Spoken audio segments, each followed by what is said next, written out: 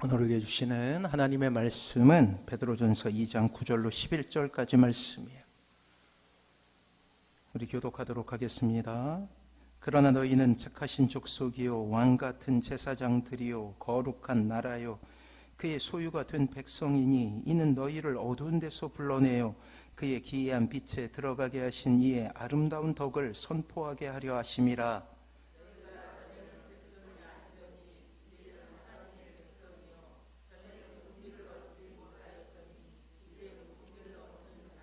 같이 읽습니다.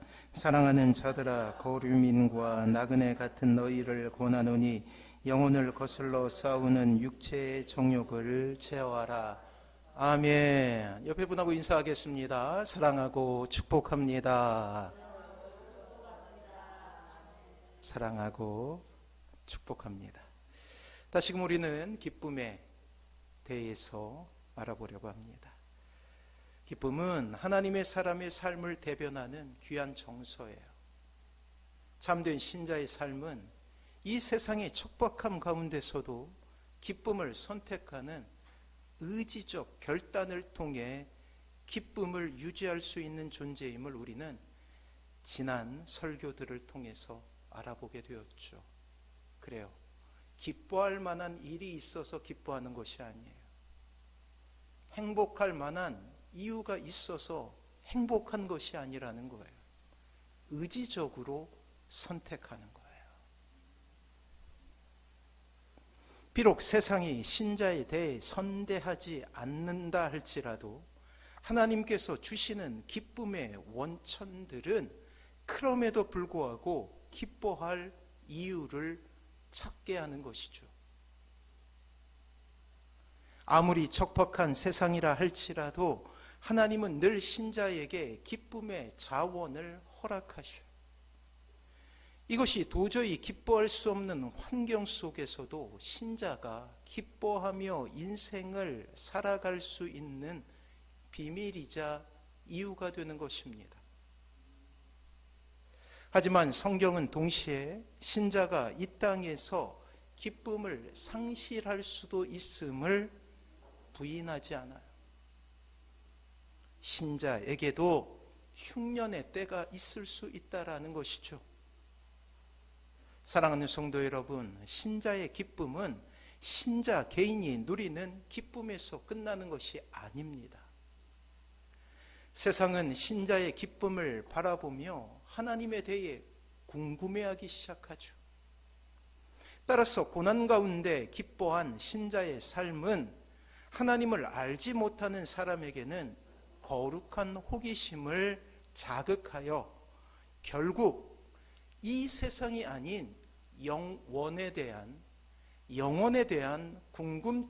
궁금증으로 이어질 수 있도록 하게 되는 놀라운 힘을 가지게 되는 거예요. 따라서 우리는 기뻐해야 하는 것입니다. 그것을 거룩이라 불러요. 거룩은 기뻐하는 삶을 사는 거예요. 사랑하는 성도 여러분, 그러하기에 신자의 기쁨이라는 정서는 사명과도 같아요. 사랑하는 자녀들에게 기쁨을 보여주십시오. 좌절한 이웃들에게 기쁨을 보여주십시오. 절망당하고 있는 이들에게 기쁨을 보여주십시오. 나 자신을 위해 그리하시고 또한 하나님을 알지 못하는 그들을 위해 우리는 기쁨이라는 정서를 배워야 하는 거예요. 기쁜 일이 있기 때문에 기뻐하는 것은 세상 사람들도 하는 일이죠. 하지만 신자의 기쁨은 배워서 하는 기쁨이라는 거예요. 이 땅의 많은 지혜자들은 불확실한 인생의 답을 얻고자 노력해 왔어요. 어떤 법칙을 만들고 미래에 있을 재난에 대해 예측하고 대비하려 애쓰고 노력해 왔죠. 수많은 책을 통해 자신이 찾은 답을 제시하며 그들에게 내 말을 따르라 라고 이야기합니다. 그렇다면 신자의 삶은 어떻습니까? 사랑하는 성도 여러분, 이러한 세상에 살고 있는 신자 역시 예측할 수 없는 인생의 여러 가지 문제로 인하여 불안할 때가 있다라는 거예요. 오늘의 웃음이 내일의 눈물로 바뀌는 것은 아닐까라는 걱정에 사로잡힌 적이 있으시죠? 지금 당하고 있는 환난과 고난이 끝나기는 할 것인가라는 두려운 마음이 들기도 합니다. 오늘 본문 베드로전서의 배경이 되는 AD 1세기의 상황은 참으로 예측할 수 없는 수많은 일들이 복합적으로 일어났던 시대였어요. 주님 십자가의 사명을 감당하신 후 예루살렘 마가다락방에 처음 교회가 탄생하게 되죠. 120문도에게 하나님께서 성령을 부어주심으로 말미암아서 성령 충만이라는 놀라운 에너지는 얼마 지나지 않아 예루살렘 전체에 퍼지게 됩니다. 그리고 그 예루살렘이란 도시 전체가 복음화되어가는 놀라운 모습을 우리에게 보여주고 있어요. 그 주역이 오늘 베드로전서와 후서를 쓰고 있는 베드로라는 인물이죠. 그의 가열찬 설교를 통해 하루에 3,000명씩 세례를 받게 되어 5,000명씩 주님께로 돌아오는 역사들이 일어나고 있습니다. 가히 혁명과도 같은 일이 일어나고 있었던 거예요. 그렇게 초대교회의 성령님의 역사는 폭발적으로 교회를 부흥시켰어요. 하지만 이렇게 성령님의 사역이 왕성하면 왕성할수록 다시금 교회는 핍박이라는 시대가 주는 고통 속으로 들어가게 됩니다. 악한 영이 바로하고 악한 영이 역사에서 이 땅에 다시금 예수 그리스도를 믿는 이들에게 환난의 때를 주고 있다라는 거예요. 다시 한번 말씀드리지만 만사형통은 주님께서 가르치시는 단어가 아닙니다. 신자도 어려움에 처할 수 있다라는 거예요. 핍박을 당한 그리스도인들이 살 길은 다른 길이 아니었습니다. 도망치는 일이었어요. 그래서 로마의 도시로 숨어들게 됩니다. 그것을 디아스포라라고 불러요. 흩어졌다. 그리고 그곳에서 가장 처음 한 일이 무엇이냐면 교회를 세우는 일이에요. 늘 말씀드렸지만 이 이스라엘과 참으로 비슷한 역사를 가지고 있는 나라가 있죠. 어딜까요? 우리나라예요. 대제국 사이에 놓여 있었죠. 늘 피해를 봐요. 전쟁터가 됐죠. 이스라엘도 전쟁터가 되었어요. 한국도 전쟁터가 되었어요. 임진왜란이 여기서 일어났고,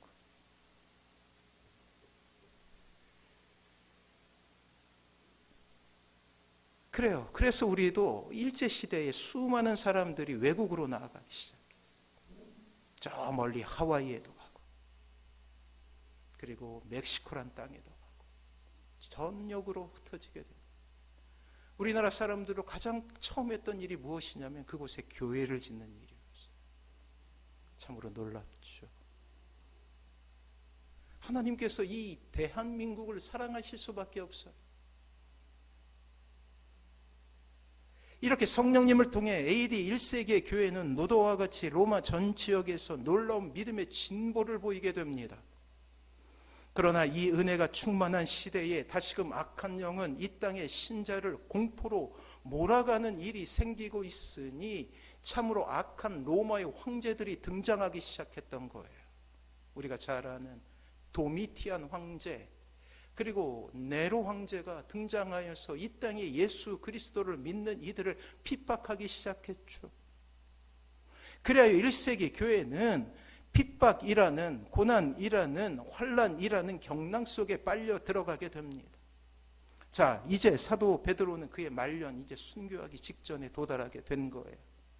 자신의 생을 마감하며 흩어진 크리스찬들을 향하여서 자신의 마음을 정리하며 편지를 쓰게 됩니다.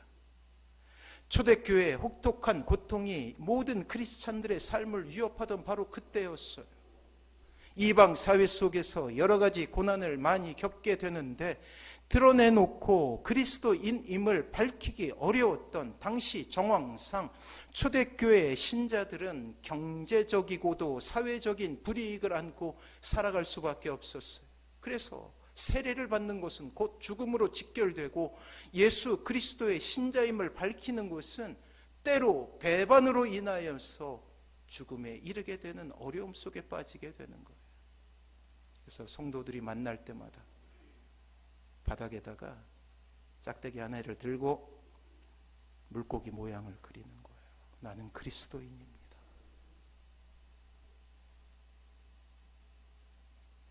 또한 그들의 고통은 여기서 그치는 것이 아니라 이방신을 버리고 우상을 숭배하지 않으며 악을 행치 않기 위한 그들의 거룩함에 대한 노력은 늘 비난의 대상이 되었던 거예요. 핍박이 대상이 되는 이유가 되었던 것입니다.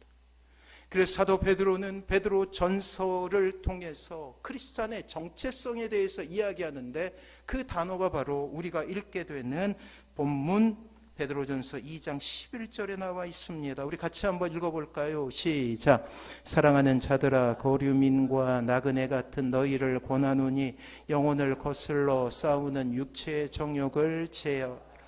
그래요. 뭐라고 그래요? 거류민이다. 잠깐 머무르는 사람이라는 거예요. 나그네다라고 이야기하고 있지 않습니까? 그래요. 다수의 이방인들 중에서 소수의 그리스도인으로 살아가는 이들의 형편은 마치 낯선 환경에 처한 이방인이자 정처 없이 떠도는 나그네와 같은 형편이었다라는 사실이에요. 나그네, 인생은 참으로 고달픈 인생 아닙니까? 낮의 해와 밤의 달은 늘 나그네의 인생의 걸림돌이 됩니다. 수많은 난제들이 그들의 인생 가운데 찾아와서 때로는 원치 않는 사건과 사고로 고통을 당하게 되어 인생 자체가 허기짐으로 가득하며 내일을 기약할 수 없는 인생이 되어버리는 거예요. 박해는 그들의 삶의 일부분이었고 핍박은 그들의 매일매일 일어나는 일상이었던 것이죠.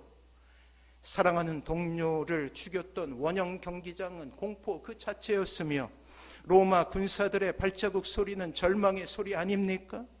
한숨이 삶을 지배합니다. 안전은 늘 그들에게 이루어지지 않는 꿈처럼 여겨진다라는 거예요.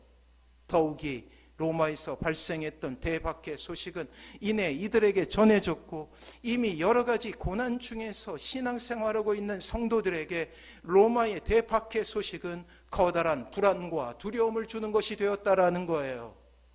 숨을 쉬고 사는 것이 고난의 이유였다는 것입니다. 금요일에는 몇 번 말씀드렸는데 이 바울이라는 영화에 보면 그래요. 대부분의 로마의 건물 한 2층까지 정도 되는 건물인데 제가 글로만 봤던 그런 장면이 나오더라고. 2층 난간에 우연히 그 영화를 보는데 사람들이 있는 거예요. 사람들이 2층 난간에 매달려 있는 거예요. 그리고 그들의 머리에서는 불이 올라와요. 그래 글로만 봤던 일이 현장에서 보이게 됩니다. 살아있는 사람에게 밀랍을 묻히고 거기에다가 심지를 꽂고 밤을 밝히는 촛불로 사용했던 거예요. 그것을 본 크리스찬들은 얼마나 마음이 무너졌을까요? 우리의 이웃이었어요. 옆에 있는 동료였어요.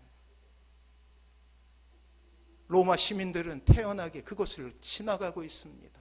그들이 밝힌 그 환한 불빛의 의지에서 말이에요. 로마의 대박해 소식은 커다란 불안과 두려움을 안겨다 주는 것이었죠. 기쁨의 이유를 찾고자 해도 찾지 못한다라는 거예요. 이러한 배경 아래서 사도 베드로는 흩어진 초대교회 크리스찬들에게 소망을 주기 위해 노구의 몸으로 위로의 편지를 써 내려가기 시작했던 거예요. 사랑하는 성도 여러분, 고난의 현장에 닥쳤을 때 베드로 전서를 읽으십시오. 베드로전서는 불시험에 직면한 흩어진 성도들로 하여금 하나님의 은혜에 굳게 서서 고난을 극복하도록 격려하기 위한 격려의 서신이에요. 위로의 서신입니다. 소망의 서신이라고 할 수가 있어요. 핍박이 일상이 되었죠. 동료들이 2층 난간에 매달려 촛불이 되고 있어요. 얼마나 자존감이 떨어집니까? 언제 원형 경기장에 사로잡혀갈지 알지 못하는 상황이에요.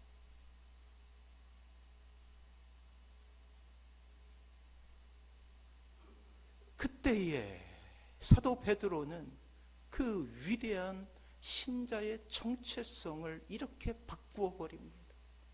거룩인 이유, 나그네했던 이들을 이렇게 바꾼다라는 거예요. 수신자들은 세상의 관점으로 보면 이방인과 나그네들로서 어려운 삶과 고통의 삶을 살아가지만 영적으로는 하나님의 택하심을 받은 거룩한 족속이라는 거예요. 왕같은 제사장들이라는 거예요. 거룩한 나라이고 소유된 백성임을 전하며 기쁨을 회복하라, 그렇게 전하고 있습니다. 사랑하는 성도 여러분, 여러분들을 향한 하나님의 음성이 오늘 들립니다. 9절이에요. 우리 마음에 새기며 같이 읽어보도록 하겠습니다. 같이 읽습니다. 시작. 그러나 너희는 택하신 족속이요 왕같은 제사장들이요 거룩한 나라요 그의 소유가 된 백성이니 이는 너희를 어두운 데서 불러내어 그의 기이한 빛에 들어가게 하신 이의 아름다운 덕을 선포하게 하려 하심이라. 그래요. 절망의 이야기가 가득 찼죠. 좌절과 낙심의 이유들이 너무나 많이 있었어요. 그때 자신의 정체성에 대해서 깨닫게 됩니다. 왕같은 제사장이요, 주님께 허락하셨던 그 놀라운 이름 아닙니까? 거룩한 나라요 소유된 백성이라 라고 말씀하고 계시는 거예요. 사랑하는 성도 여러분, 오늘날 성도들에게 있어서도 고난은 쉽사리 해결되지 않는 어려운 문제라고 할 수 있어요. 우리의 인생 사이사이 배어있는 눈물을 우리는 기억하고 있지 않습니까? 때로 감당할 수 없는 인생의 환난 가운데 이러지도 저러지도 못하는 것이 우리의 삶의 모습이었죠. 긴 장마비가 삼킬 때의 세상처럼 더 이상 소망이 없는 것처럼 우울하게 나 자신을 돌아보던 시간이 얼마나 많았던가요?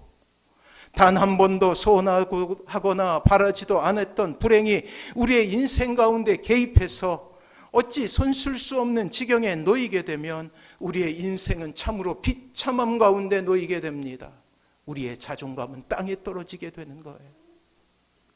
인생에서 실패라는 단어는 늘 우리에게 좌절을 주고 또 우리의 인생을 대변하는 단어이기도 하지 않습니까? 베드로 전서는 이처럼 모든 성도들에게 의문이고 어려운 문제인 고난에 대해 깊은 교훈을 제공해 주고 있다라는 것이에요.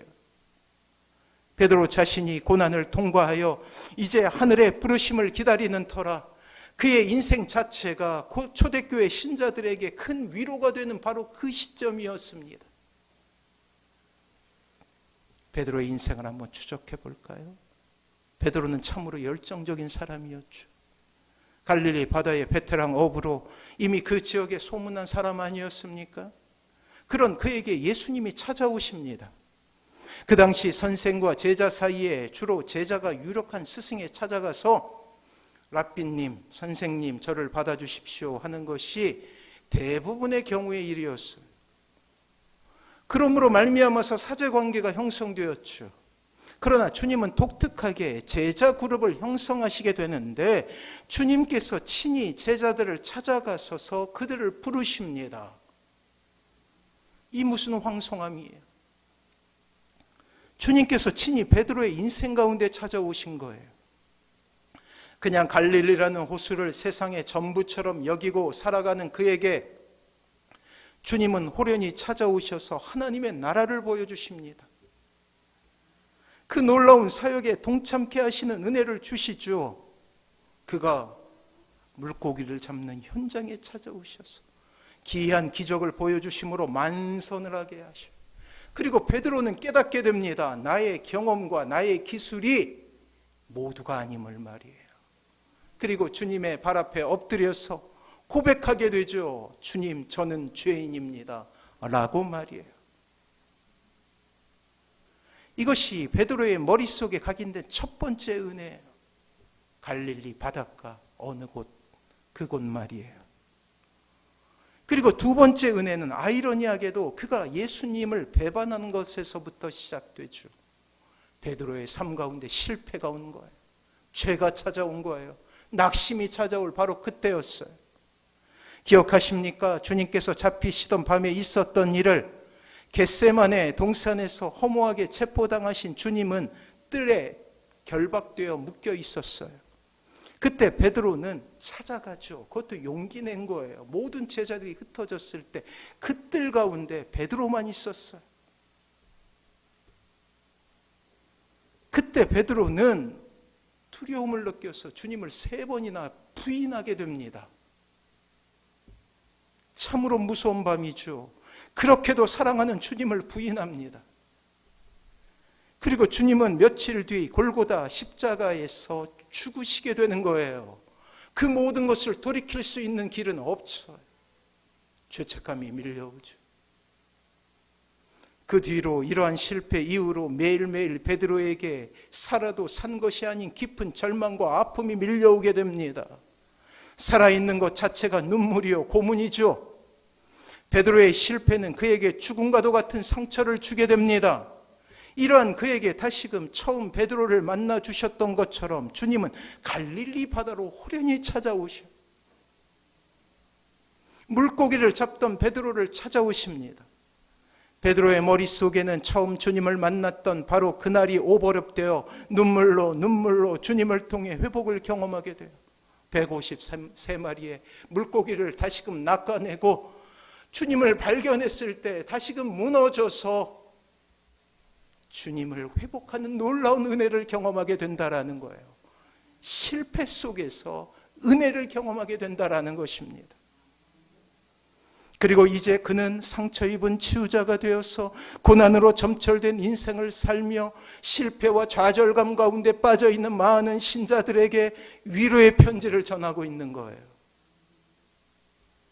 소망이 없다 말하고 있는 흩어진 나그네했던 초대교회 신자들에게 다시금 소망을 주고 있습니다.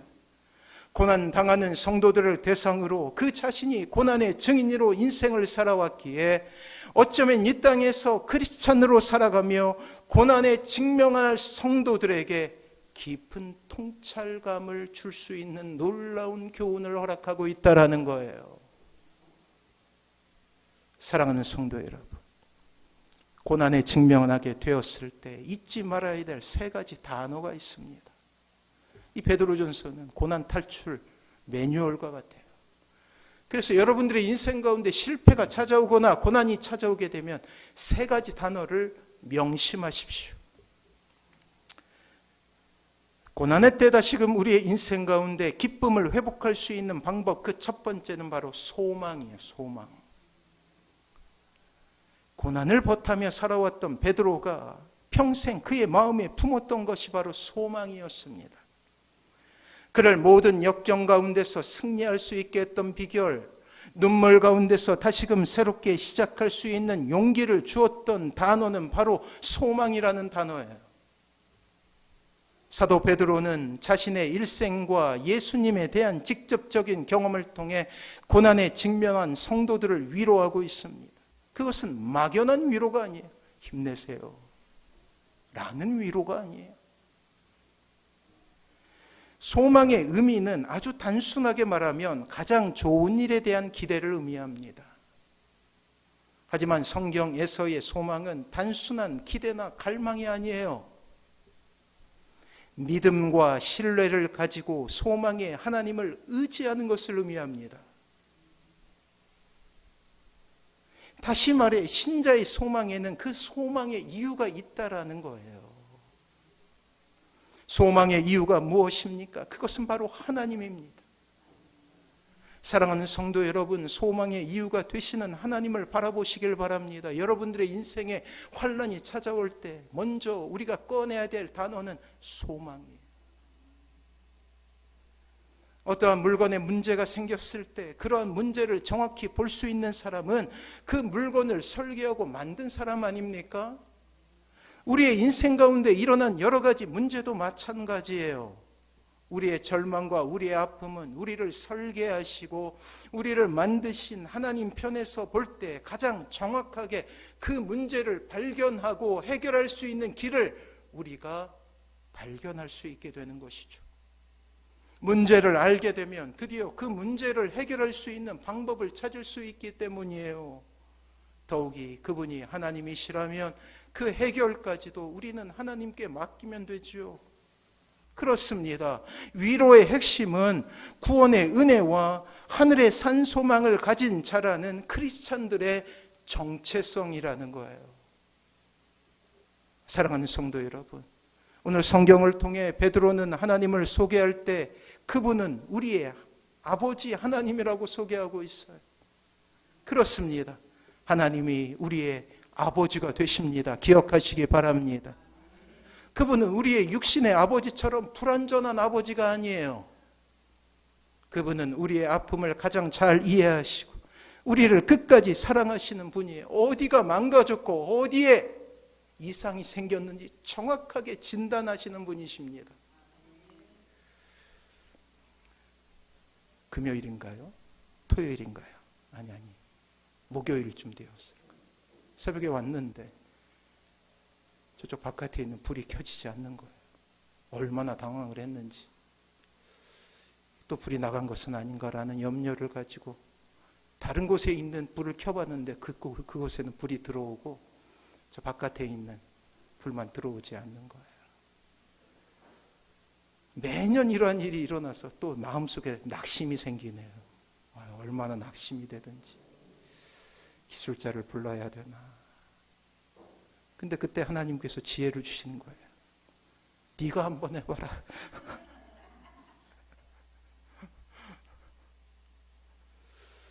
그래서 기도하다가 갑자기 용기가 생기네요. 그래서 열심히 찾아봤어요. 스위치가 고장 날 수도 있겠구나. 이 누르는 그게 감각이 틀렸거든요. 그래서 두렵고 떨리는 마음을 가지고 설물점에 가서 이 스위치 6구짜리를 하나 이렇게 사왔어요. 얼마나 무서운지, 안 되면 어떻게 할 것인가. 그래서 전체 전원을 내리고 이제 뜯었죠. 뭘 알아서 뜯습니까? 그냥 뜯는 거예요. 전선을 빼고 혹시 잘못 이을까 봐 사진으로 찍어 놓고 그리고 두렵고 떨리는 마음으로 하나씩 전선을 빼서 새로운 스위치에 전선을 꼽아댑니다. 그리고 마지막 전선을 딱 꼽고 주여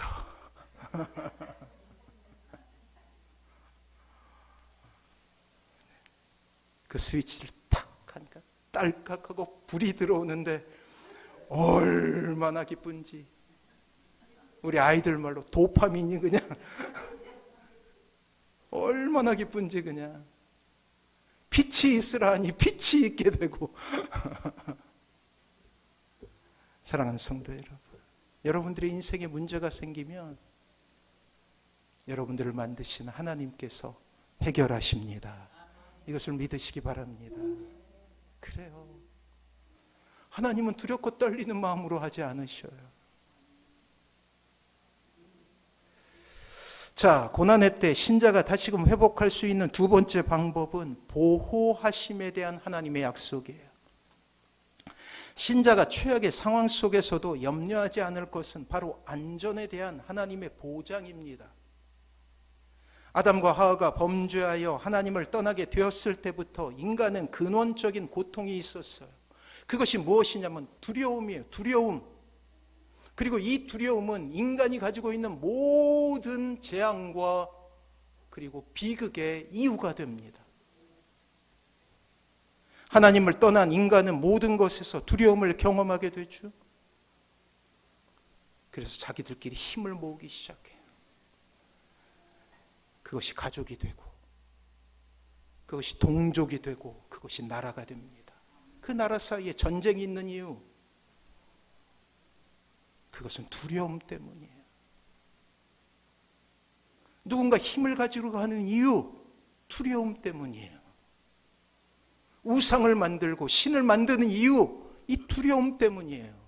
막연한 두려움 가운데서 이겨보려고 하는 것입니다.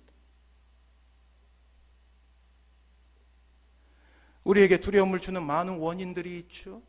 그리고 그 두려움의 대부분은 무엇인가 이룰 수 있다라는 염려에서 오는 것이에요. 그래서 누군가의 것을 빼앗으면서 자신의 행복을 추구하고자 하는 인간의 잔인함은 이 두려움 속에서 시작되는 것이죠. 어떤 사람은 높은 것을 두려워하고 또 어떤 사람은 교통사고나 사건에 자신이 노출될 수 있음에 대한 두려움이 있습니다. 또 어떤 사람은 사랑하는 자녀에게 무슨 일이 생길까 하는 공포가 있고 가지고 있는 물질을 모두 잃을 수 있다라는 공포에 이르기도 합니다. 그래서 여러 가지 방법을 간구하죠. 보험에 들기도 하고 저축을 하기도 하고 관계 속에서 공포를 경험하기도 하지 않습니까? 다른 사람의 평가, 주어진 목표에 대한 공포 등 사회적 관계가 우리에게 때로 두려움이 될 수 있다는 거예요. 상처받을 수 있는 이유가 될 수 있기 때문이죠. 사랑하는 사람을 잃게 되었을 때 혹은 반대로 사랑받아야 할 대상에게 학대를 당했을 때 두려움이 찾아오게 되는 거예요. 사람의 생명을 위해서 이 동물들을 이제 의료 현장에서 이제 실험의 대상으로 사용합니다. 그 중에 강아지가 있는데 이 비글이라는 종류는 참을성이 많고 이 주인에 대한 충성심이 많아서 즐겨 사용하는 동물이라고 해요. 그래서 갖은 그냥 그 질병을 주입하기도 하고 그리고 온갖 실험을 다 하게 됩니다. 그리고 그 실험이 끝나게 되면 이제 안락사 시켜버려요. 인간의 생명을 위해서 그리했는데. 근데 어떤 동물 단체에서 그런 시험에 사용되었던 23마리의 이 비글을 살려낸 거예요. 그래서 입양을 보내게 되는데 놀랍게도 학대를 당하고 고문을 당했던 이 강아지들이 자신을 학대했던 그런 사람들에게 꼬리를 흔들면서 다가가서 핥고 있는 모습을 봤어요.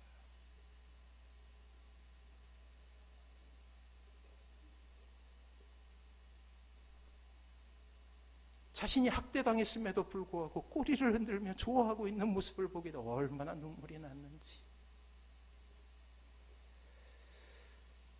그래요. 또한 인간은 근원적인 죽음에 대한 공포를 가지고 있지 않습니까? 또한 실패에 대한 두려움 역시 우리를 힘들게 하는 일이죠. 우리가 사는 모든 공간과 우리가 사는 24시 모두가 공포의 대상이 됩니다. 그리고 결정적으로 우리가 어릴 적 받게 된 상처는 이런 두려움을 극대화시키는 이유가 돼요. 사랑하는 성도 여러분, 이렇게 다양하게 두려움의 원인이 있을 수 있어요. 하지만 세상의 진단과 달리 성경은 이 모든 두려움의 이유가 하나님을 떠났기 때문이라고 말씀하고 있다라는 거예요. 고장의 이유가 있다라는 거예요. 반대로 말하면 하나님 안에 있을 때, 신약의 개념으로 하면 그리스도 안에 있을 때, in Christ. 비로소 인간은 모든 두려움을 극복하고 참된 기쁨을 회복할 수 있다라고 말씀하고 있습니다.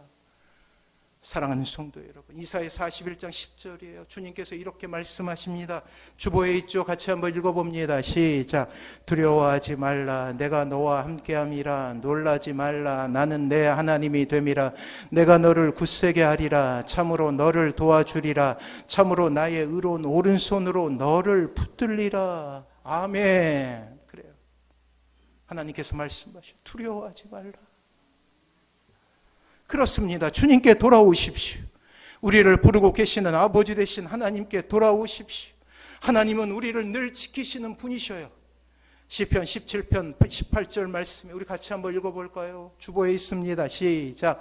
나를 눈동자같이 지키시고 주의 날개 그늘 아래 감추사. 눈동자와 같이 지키신다 말씀하고 있습니다. 손가락을 들어보십시오. 눈을 향해서 한번 찔러보세요. 어떻게 돼요? 눈꺼풀이 내려오죠. 보호하는 거예요. 눈깜빡할새가 바로 그 의미예요. 사랑하는 성도 여러분, 하나님께서 우리를 눈동자와 같이 지키심을 기억하시기 바랍니다. 이러한 하나님의 약속을 붙잡을 때 우리는 모든 두려움과 공포를 이기고 참된 기쁨을 회복할 수 있게 되는 것이에요. 자, 세 번째, 신자가 다시금 기쁨을 회복할 수 있는 방법은 우리가 당하는 모든 고난이 잠깐이라는 사실을 기억하는 거예요. 사랑하는 성도 여러분, 여러분들이 지금 고난 가운데 있습니까? 잠깐이에요. 그렇게 참고 이긴 이들에게 하나님은 칭찬과 영광과 존귀라는 가장 아름다운 선물을 준비하시죠. 성도는 비록 여러 가지 시험을 당하고 있지만 하나님의 넘치는 구원의 은혜로 인하여서 시련 중에서도 기뻐하고 계셔요. 왜요? 잠깐이기 때문이에요. 사랑하는 성도 여러분, 하나님의 시간은 우리와 다릅니다. 하나님의 시간을 우리는 영원이라고 불러요. 우리에게는 정해진 시간이 있죠. 오래 산 사람은 90세 정도 돼요. 일찍 가는 사람은 한 70세 정도 되죠. 그리고 납골 땅에 한번 가보십시오. 젊은 나이에 이 세상의 삶을 마감하는 많은 사람들이 있었음을 보게 됩니다. 하지만 우리가 예수 그리스도를 믿고 하나님의 자녀가 됐을 때 놀랍게도 하나님의 시간이 우리의 시간이 되어버린다라는 거예요. 그래서 신자에게 이제는 24시간 365일이 아니라 이제는 영원이란 시간이 주어지게 된 거예요. 주님은 시험 혹 고난이 결코 영원한 것이 아니라고 이야기하십니다. 시험이 없다고 말씀하고 있는 것이 아니에요. 비록 이 땅에서 우리가 시험을 당할 수도 있지만 그것이 영원하지도 또한 우리를 집어삼킬 만한 것도 되지 못한다라고 말씀하고 있어요. 잠깐이다. 참고 인내하라. 그래요. 우리는 이 땅에 홀로 남겨진 고아가 아니에요. 우리에게는 하늘에 계신 아버지가 계십니다. 자신의 독생자를 주시면서까지 우리를 사랑하신 아버지가 계셔요. 그 아버지께서 계시기에 이 땅에서 당하는 고난이 아무리 큰다 할지라도 그것은 우리가 잠깐 경험하게 되는 고통이에요. 사랑하는 아들들이 군대에 가서 이길 수 있는 이유가 무엇일까요? 그것은 언젠가 끝난다는 사실 때문이에요. 또한 시험을 통과한 그들에게 하나님은 말로 다 할 수 없는 위로와 축복을 주시죠. 칭찬과 영광과 존귀, 감히 인간에게 주어질 수 없는 그러한 놀라운 축복의 말들이 적용되기 시작하는 것. 칭찬을 주셔요. 영광을 주십니다. 그래요. 우리는 크리스찬이라는 영광스러운 이름을 얻게 된 사람이죠. 이러한 은혜를 받았기에 우리 역시 크리스찬은 이름에 부끄럽지 않게 살아가야 돼요. 그리고 그렇게 살아가는 방법은 기쁨으로 살아가는 거예요. 그리고 세상은 알게 되겠죠. 너는 왜 웃니?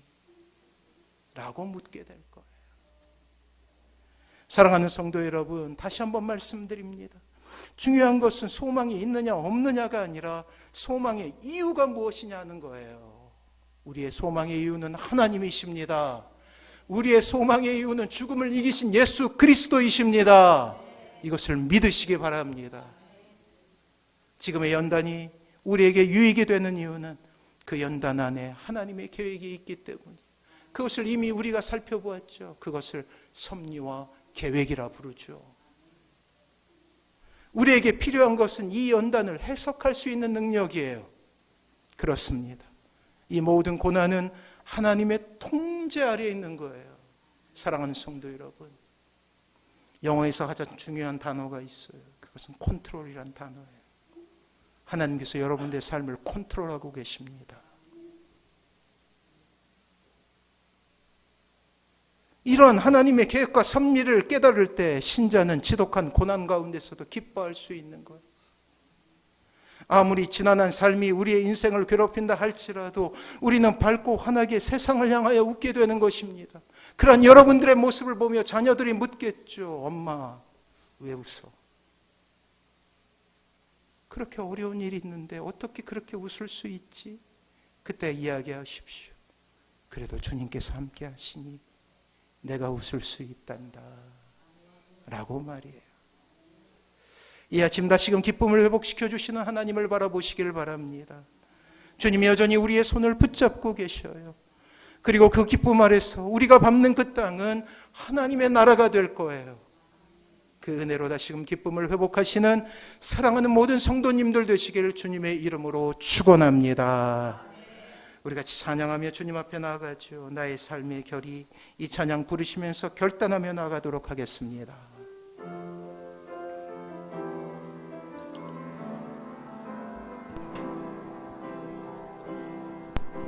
주를 바라며 구한 모든 것 꺼낼 수 없는 마음도 주님 듣고 계시네. 뜻하신 대로 인도하소서. 언제나 주님 따르며 그 곁에 거하리라. 주의 인자는 영원하시니 신실한 주의 이끄심 나는 찬양하리라. 모든 시간을 주께 드리네. 한 걸음 내디딘 삶을 나의 주께 드리네.